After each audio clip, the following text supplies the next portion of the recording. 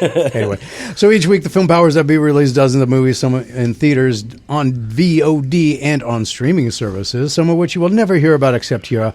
Each week's upcoming releases are carefully picked over from various websites, and up to 5 films are randomly selected from only genres I would watch, which are pretty much action, adventure, horror, science fiction, animated, or fantasy, and that is pretty much it.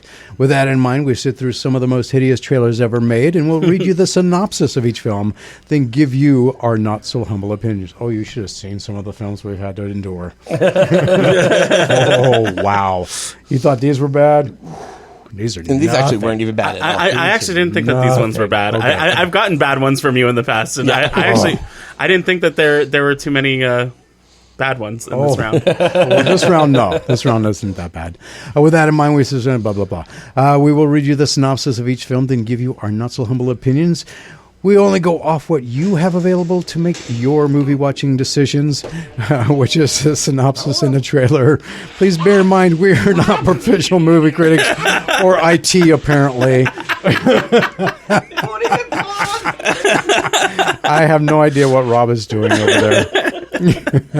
And we're just overly opinionated blowhards. But here at Pop Culture Kaboom, we do utilize a carefully crafted and patented movie rating system, which goes as follows. Are you all good over there now? Okay. I thought you were defusing a bomb there for a minute. Kind of. It was like that. Volume wouldn't work. I couldn't pause it. I'm like, stop! I don't know what's going on. He did kind of sound like Schmeagol, that's for sure. Stop it! If it's worth seeing in a theater at full price, it is a good, not a great. That is to be determined by you if you choose to see it in a theater. If it's worth seeing in a theater as a matinee or in your town's cheap theater, it is a so-so. If it should be seen on a streaming service or as a rental or however you choose to watch the film, while avoiding social interaction, it is a blah. And if it is deemed so awful, you should wait for it to be on public television. It is considered a touch brown.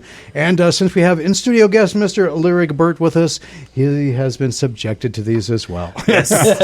So I am kind of looking forward, since you are kind of ever since I've known you, which has been a couple of years now. Yeah, it's been a few years. You've always been in the film industry. Yes. When I first met you, you were an actor. Which, ironically enough, you were playing Vlad in a horror film. So you were a vampire. I was a vampire. And Dracula is the 400-pound gorilla in the room this week. So it's everything's kind of come full circle. Yeah, absolutely. So I'm going to throw a dart at the proverbial dartboard here. And let me see here. What would I want to start this horrible evening off with? Let's just get this out of the way. Scarlet. Scarlet, a sword-wielding princess, embarks on a dangerous quest to avenge the death of her father. She soon meets an idealistic young man who shows her the possibility of a future free of bitterness and rage. All right, anime has a long-standing tradition of going off the deep end, but Scarlet doesn't just jump. It performs a triple backflip into a void of pure confusion, dragging the audience along by the ankles while kicking and screaming for context. The animation is undeniably gorgeous. Every frame is a feast for the eyes. Unfortunately, the plot is a famine for the brain. If you held a gun to my head and asked me to explain the story, I'd simply tell you to tell my family I love them. Is she time traveling? Is she a disembodied spirit caught in a cosmic controlled plus Z loop? Is this a high concept reincarnation cycle? Don't know, but the trailer nor the synopsis were much help. Scarlet is the ultimate vibes only experience. It's perfect for people who think plot is a distraction from high quality line work, and people who enjoy feeling like they're failing in a philosophy exam while peaking on caffeine. I would still watch this, just not in a theater. I'm giving it a blah. What say you? Me? Yeah, you. Oh, me. Oh. The first thing that came to mind was it actually reminded me of a Don Bluth film. Like, the animation style was very that muted colors and everything. I didn't realize it was anime at first. And then it went kind of off to the Joan of Arc deep end. I don't know exactly what was going on. Yeah. And then fireballs. It seemed like an interesting and not story. The fun kind of fireball. Fireball. Yeah, it looks beautiful. It looks. I'm not sure what the plot is really about. Like, in all honesty, Yeah. Except for that, there's a father and daughter involved, and Joan of Arc. Maybe I'm not sure. It's something I probably would never see though. And some kid from Akira with a backpack. That's all I know. So, what do you give it? I'm gonna have to unfortunately give it a touch brown. Okay, touch brown for you. Lyric. I didn't think it was so bad to give it a touch brown. I agree with Only because I just won't see it. Yeah, I agree with everything that both of you have said, but I'm also going to give it a blah, Jimmy. It's not my kind of movie, but I would probably watch it if it was like on HBO and it was late at night and I was in the mood for an anime. But I definitely don't want to go see it in the theater because I imagine that the people that are going to go see it in the theater are the kind of people that I don't want to smell.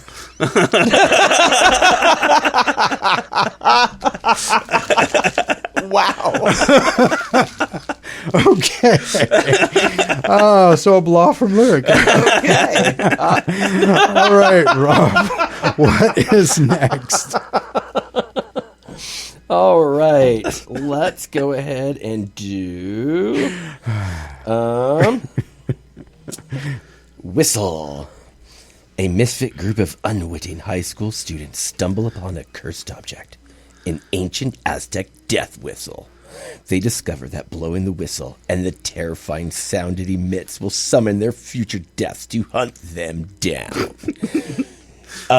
So totally got going for it. Daphne Keane, like, love her. I think she looks great in this movie. She looks like she's matured and is ready to take on whatever death whistle thing is happening. Yeah, I think it's crazy the way that they're actually like doing this because like the death is taking on like different forms. Like when they're in the theater and like it just like starts like creeping out like. It's their future death. Yeah, so it's just, I don't know. It looks weird. It looks cool. I don't exactly know how to explain the trailer, except for that it just kept showing different ways that their future deaths could happen. Mm-hmm. And they were very intriguing. And Daphne Keane, I think, is going to kick butt in this somehow. Because I think she's going to kick the bucket, honestly. Really? She's kicking something. I think it's going to be one of those horror movies where nobody survives. Oh, okay. Okay. Awesome. So, all right. Yeah, no, I think it actually looks good. I think I would give it a so-so. I think I'd see this in the theaters. The first so-so of the week. All right. So that is from Rob and Vissel. So after watching the trailer, I'm fairly certain my nervous system has officially filed for divorce. I am now so desensitized to jump scares that I could probably walk through a haunted house while taking a nap. The plot follows the new kid in town who finds a mysterious death-dealing whistle in her backpack. How did it get there? She doesn't know. The script doesn't know. Even the backpack is probably confused. If you find an ancient object that looks like it belongs in a cursed museum, the only reasonable response is to put it to your mouth and a mouth on it and blow as hard as you can, obviously. No? Well, it is for this band of Darwin Award-winning friends. The trailer clocks in at 2 minutes and 16 seconds, yet somehow crams in more high-decibel screeching than the front row of a roller coaster during a power outage. If your idea of a good time is watching a group of teenagers aggressively fail a basic IQ test while being haunted by a piece of musical equipment, this is the cinematic event of the season. It's loud, it's illogical, and it's a great reminder that if you find something weird in your bag, you should probably just throw it in the nearest dumpster and move to a different zip code. For me, though, at best, it's a blah. I'd still watch it. I would not. You threw in a twist there for me. Lyric, what say you? Dora the Death Dealer is totally the kind of B horror movie that I absolutely love taking legal in Nevada substances and going and seeing in the theater. So I'm giving it a so-so. Okay. Because I expect it's going to be terrible in all the right ways, just like Tarot was. I like Tarot too. Yeah, that was good. Yeah. It was terrible, but like, you know, I had an edible and laughed my butt off watching everybody die. Wow. Okay. So there we are. Now we get to the next great film. Gale, Yellow Brick Road. Decades after her return from Oz, Dorothy Gale, now an elderly woman, is tormented by memories of a world no one believes existed. A world that has grown darker with time. Whispers of that land still haunt her dreams, and its nightmares have begun to reach beyond the yellow brick road into reality, threatening everything she holds dear. Her granddaughter, Emily, inherits the curse, tied to her family's name. Drawn by unanswered questions and visions she cannot explain, Emily finds herself pulled into the ruins of a realm once filled with wonder, now decayed and ruled by madness and horrors. There she encounters the twisted remnants of familiar figures and discovers that the line between past and present, dream and reality, has been shattered. To escape, Emily must confront the terror that consumed Dorothy and the truth about Oz and what really lies at the end of the yellow brick road. All right. Not since The Wiz has the Land of Oz felt this genuinely terrifying. After watching the trailer, I'm pretty sure the director just... Huh? Did you not see Return to Oz? I did not. I did see The Wiz, though. Oof. Okay. You don't know the Wheelers? Yeah. Oh. I was great. They just referenced. I loved it. Go ahead, Jimmy. Okay. After watching the trailer, I'm pretty sure the director just took their specific childhood nightmares from the 1978 production and projected them onto the screen as a form of cinematic therapy. But I digress. I'm sending my condolences to his inner child, though. It's Hellraiser meets The Wizard of Oz, but instead of a lament configuration box, we get psychological instability and a bleak color palette. It turns out There's No Place Like Home was actually a cry for help. Forget the happy ending. We now have an elderly Dorothy Gale who is clearly riddled with PTSD and very little case of skeletons in the closet. Apparently, the dimensional rift to the merry old land of Oz is reopening, and it looks considerably less merry. Dorothy isn't looking for a heart or a brain anymore. She's just looking for a heavy-duty prescription and a way to seal the portal to that psychedelic nightmare dimension. This movie is asking me to believe that a Kansas farm girl survived a tornado only to become the final girl in a supernatural slasher. I'll still give it a blah. What say you? All right. So, as I was saying earlier, is that they even reference the Wheelers in this. So they do? Yes. I missed that. Yeah, she talks about the Twisted Tin Man and then the creepy Wheelers, and I was like, "Oh my God, they mentioned the Wheelers!" Which, for those of you like Jimmy are not aware, is from Return to Oz, the scariest Oz fic. Starring Fairuza Balk. Yeah. So I'm with the in Wheelers. stereo. With the Wheelers being introduced, I'm kind of curious if they take this as a sequel to that. And Dorothy is Fairuza Balk's character, Dorothy Gale, grown up. Yep. Like, I would be like, I'm like, I want to see this film just to kind of see like the house and see pictures and see if there's a picture of her as Fairuza Balk. You know what I mean? Just like, I want to see that Easter egg. I do too. The thing about this is that this movie has been in development for a while. It has. And I was intrigued with the first teaser trailer that came out like 2 years ago. Where it started as a concept. Yes. Yeah, like they started with a trailer and they used that to crowdfund this film. Yes. And I actually donated to the crowdfunding. Nice. For this Did film. they give you a free Awesome. ticket? No, I didn't donate at that level. Yeah. But I was like, yes, guys, make this movie. Yeah, no, it was totally intriguing then, and I'm intrigued now. I think that they explored this story, and I think that they're taking it in a way that like that Wicked didn't. Yes. And could have. You know, And should have. And yeah, I'm all down for like Return to Oz. When I showed my kids that movie, they were like scarred for life. Yeah, like as they should be. You know, they were like totally like, what did my dad just show me? Like, you know, because it is disturbing. Yeah. It has Mombi with all her heads. Yes, the talking moose that they like. It's bizarre beyond belief, but it's fabulous. The Belinda the talking chicken. It was even terrifying at moments. The queen who changes heads. Yeah, Mombi. Yes. It just as a child, you're just like, what is happening? You don't know, and it's terrifying. Yeah, like, she's like, I'm going to lock you in this tower. The witch says this to Dorothy. I'm going to lock you in this tower until you're old enough for me to chop your head off. Yeah, and you're going to be one of the heads that I wear. Yeah, it's like it's too super dark, and I think like that's I was like, when I saw the concept trailer, and now with this, that's why I said I hope there's an Easter egg and shows that this is the grown-up version of that, because I was not expecting the Wheelers, because that was like obscure, like, and when I was like, oh my gosh, yes. So I have to say, like, this is good, definitely good, just because I want to see that Easter egg. Rob and I are on the same plane. Okay. I can't believe that like it's been like consistent tonight. But yeah, good. I've been wanting to see this movie for a while. Except for Scarlett, anyway. Yeah. But I've been wanting to see Gale for a while, and I'm glad that it's making its big screen debut. I am doing everything in my power to make sure that I'm there for the Fathom event screening of it. Okay. So, two goods. There should have been the 400-pound gorilla in the room this week. It reminds me of how good, like, I want to see this movie succeed like how Iron Lung has succeeded. Oh, and it had a banger of an opening.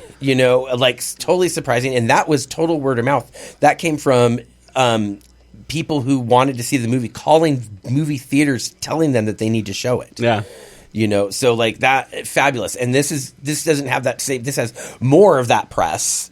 So I want to see this succeed in that same way. Me too. Well, it had a better trailer anyway. All right, Rob, we got 2 more movies and 9 minutes to do them. All right. We got The Strangers, Chapter 3. In the final film of the Strangers trilogy, Maya faces the masked killers one last time in a brutal, full-circle reckoning of survival and revenge. Oh, yeah. I love these movies. I own the original ones. I own the new ones. I think they're great. I think that Ridley Scott is actually doing really well with the way that he's taken these into more of the thriller, not slasher. Oh, this new trilogy is Ridley Scott? Yeah. I didn't know that. Me neither. Maybe I'll actually watch them. And so it's just different, So like I said, they're more thriller than they are slasher, but they have and because it's him, there's more storytelling. And so I can't wait to see this, because this looks like they somehow recruit her to be a part of it. Yeah, that's what I found interesting about the yes, trailer. but then you see kind of like that she's not there willingly.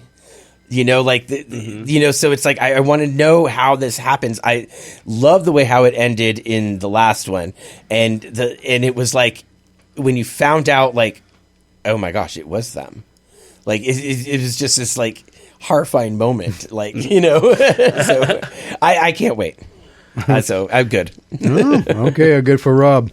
Well, folks, we finally reached at the finish line of the most spectacularly unnecessary marathon in cinematic history. The Strangers Chapter 3 has arrived to answer that burning question left by the first 2 chapters. Primarily, why is this happening?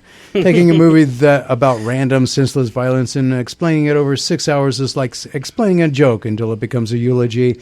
This trilogy is the cinematic equivalent of a telemarketer who calls, hangs up, and then calls back 2 more times just to make sure you're still annoyed. If the goal was to make the audience feel as trapped and hopeless as the victims on screen, mission accomplished. I've seen enough. Actually, I've spent a grand total of 10 minutes on the entire IP reboot trilogy and trailers. But that is time I could have spent staring at a wall. Touch Brown. Larry, what say you? I haven't watched any of this iteration of the Strangers franchise because I hated the first film so much. So I haven't given this franchise a chance. But I think after hearing Rob talk about it twice now, because the last time I was on the show actually was when Strangers 2 was coming out. Oh, really? That was one of the trailers that we talked about that time. Oh, that's a weird coincidence. It is. I thought that was weird when I was watching the trailer for this. I'll give it a blah. A blah. Okay. I'm probably going to end up watching these at some point. Mm-hmm. Okay. But I'm not rushing to the theater. Yeah. But you gave it a good, right? Yes, I did. Okay, so that's actually the most diverse film so far. That's for sure. I mean, it got a Touch Brown, a good, and a blah. So there's that.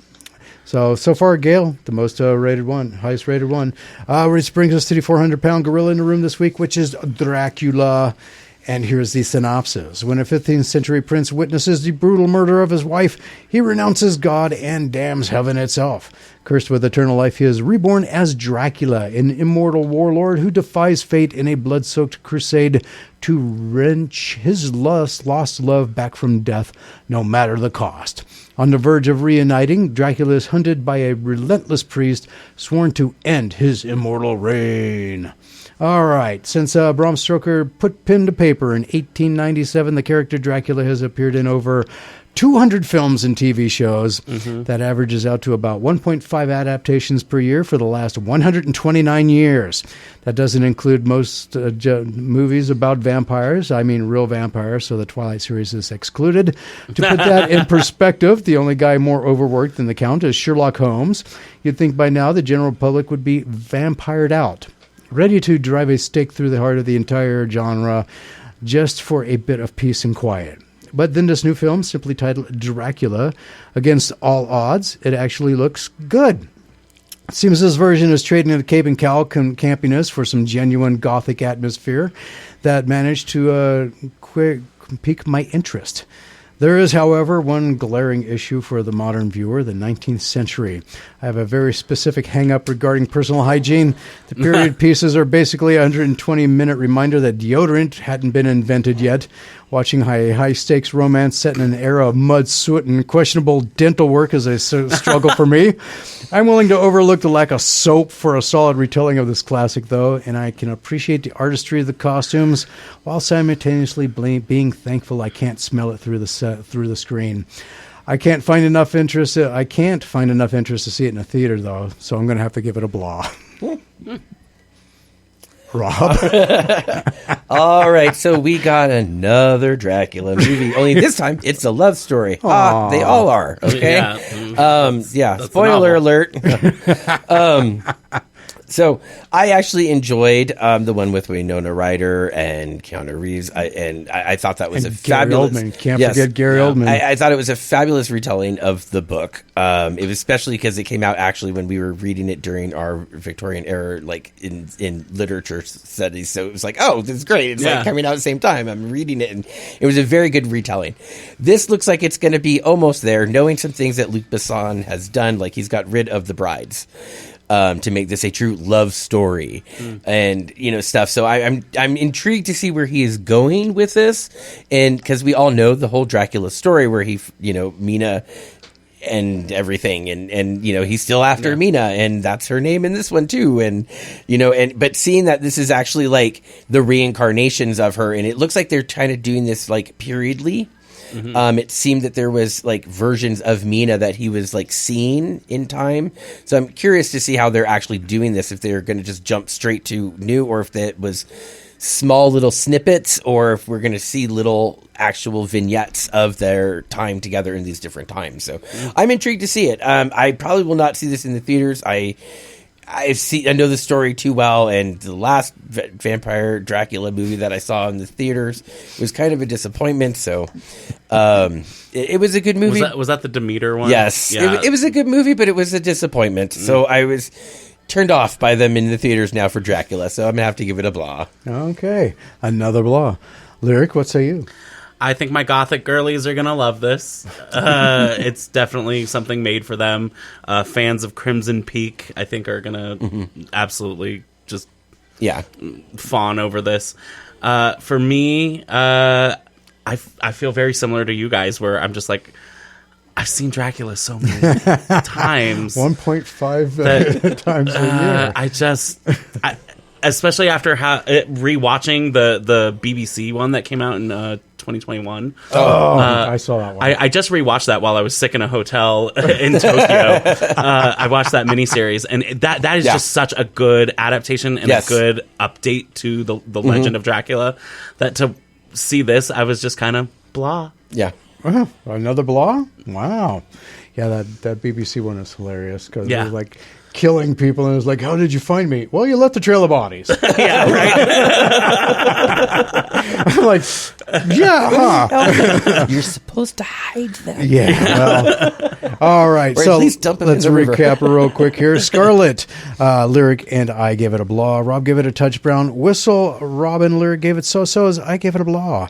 Gale, the Yellow Brick Road. Rob and Lyric gave it goods, and I gave it a blah. The Strangers, Chapter 3. Rob gave it a good. Lyric gave it a blah. I gave it a touch brown. And Dracula was... There's three of us. Blah, blah, blah. That was great. So next week, real quick, we will be going to see, we're going to be reviewing Good Luck, Have Fun, Don't Die. Yes. Goat, The Mortuary Assistant, Hunting Jessica Brock, and Mimics. Yes. That is all coming out, and that's what we're going to be talking about next week. We got to take this break. When we come back, more Pop Culture Kaboom radio show, so don't go anywhere.